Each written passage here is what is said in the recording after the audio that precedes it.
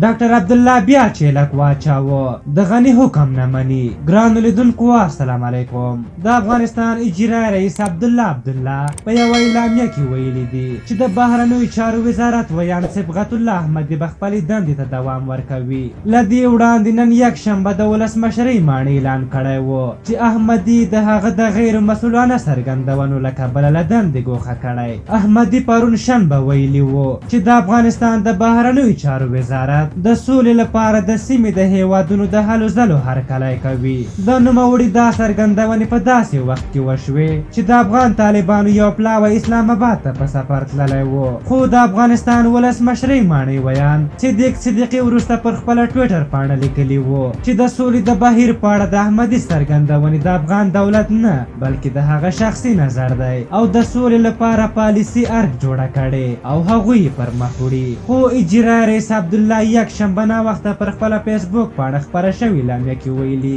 د احمدي څرګندونې د بهرنیو چارو وزارت رسمي دریځ و. عبدالله زیاته کړې په اوسنیو شرایطو کې د کسانو له دندې ګوښه کول په ټاکنو پورې اړه لري او تر هغې چې د ټاکنو پایلې اعلانیږي نو صبغت الله احمدي به خپلې دندې ته دوام ورکوي. دوی یادولو ده چې په 50-50 تقسیم کې د بهرنیو چارو وزارت د عبدالله رسېدلی او وزیر د جمعیت ګوند مشر صلاح الدین رباني دی او ټول وزارت له خپلو تاجکو ډک کړی او بیخي بې کفایته وزیر دی. ډیری وخت د غني مخالفت کوي او په ستون پنجم بدل شوی او عبدالله خو دا 15 کاله کېږي چې هم دا چیلکونه اچوي. په هر حال تاسو د دغې موضوع په هکله څه نظر لرئ؟ خپل نظرونه مو راته په کومنټ کې ولیکئ. که زموږ ویډیو مو خوښه شوې وي ضروري لایک کړئ. تر بلې ویډیو مو په لوی او بخښونکي خدای سپارم. د الله په امان.